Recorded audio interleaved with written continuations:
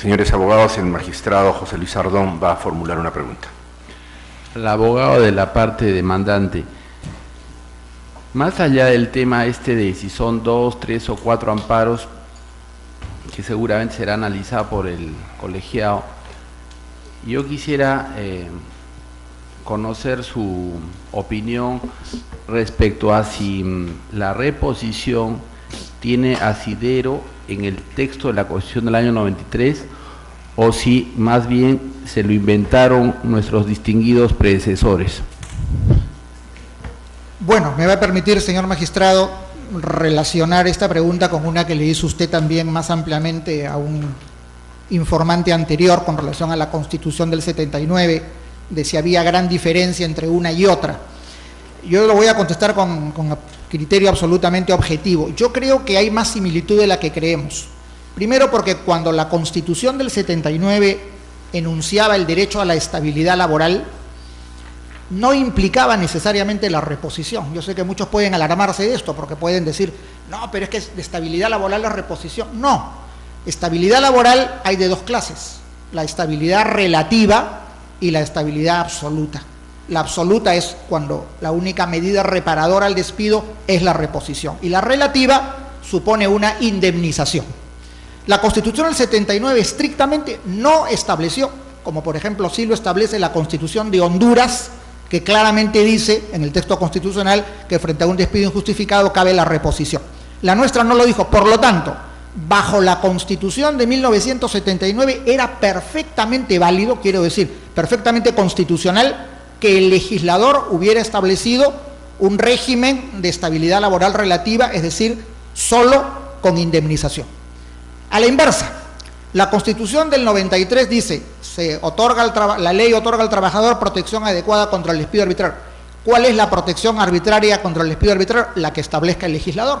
El legislador podía perfectamente, bajo esta Constitución, establecer o un sistema de estabilidad relativa, que es protección adecuada, siempre que la indemnización sea adecuada, porque no es que cualquier indemnización, esa que se paga en la ley de la microempresa de 10 días por año no es adecuada, es manifiestamente inconstitucional. Pero si hablamos de la del sueldo y medio o un sueldo o algo así, sí es adecuada. O también podría establecer nuestra Constitución, bajo nuestra Constitución, un régimen que incluya la reposición. Es decir, ambas posibilidades están abiertas. Una segunda cuestión que quiero señalar. El Perú ha suscrito el protocolo adicional a la Convención Americana de Derechos Humanos en materia de derechos económicos, sociales y culturales, cuyo artículo 7 establece el derecho al trabajo y dentro del derecho al trabajo comprende el derecho a la estabilidad laboral. O sea que en el Perú, por ser signatarios de este protocolo, rige la estabilidad laboral. ¿Cuál? ¿La absoluta o la relativa? El protocolo no lo dice, lo deja a criterio del legislador. Luego el legislador podría crear las dos. Además, en el caso de la ley 728 existen los dos sistemas.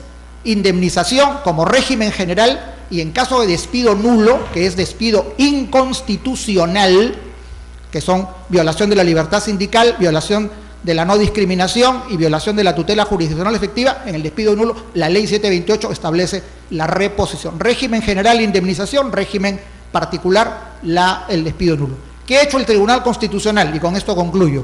El Tribunal Constitucional ha hecho una cosa con la cual yo estoy de acuerdo, que es que ha relacionado el artículo 27 de la Constitución con el artículo, que me parece que es el 22, que garantiza el derecho al trabajo. No los ha interpretado aisladamente, sino en forma sistemática. Y el derecho al trabajo es importante porque tradicionalmente se ha considerado que el derecho al trabajo es una norma programática, o sea, que enuncia una aspiración a tener un empleo y punto. No es una norma de eficacia inmediata. Pero este es un criterio que ha variado en el mundo y varió a raíz de una sentencia del año 1966 de la Corte Constitucional Italiana, que dijo que el derecho al trabajo comprende dos aspectos: el derecho a tener un trabajo, pero también el derecho a mantenerlo mientras no haya una causa justa de despido. Este criterio ha sido luego acogido por el Tribunal Constitucional Español en 1981. Y yo creo que cuando lo recoge nuestro Tribunal Constitucional en la sentencia de Telefónica el año 2002, el tribunal recoge una corriente jurisprudencial que ya otros tribunales constitucionales habían señalado.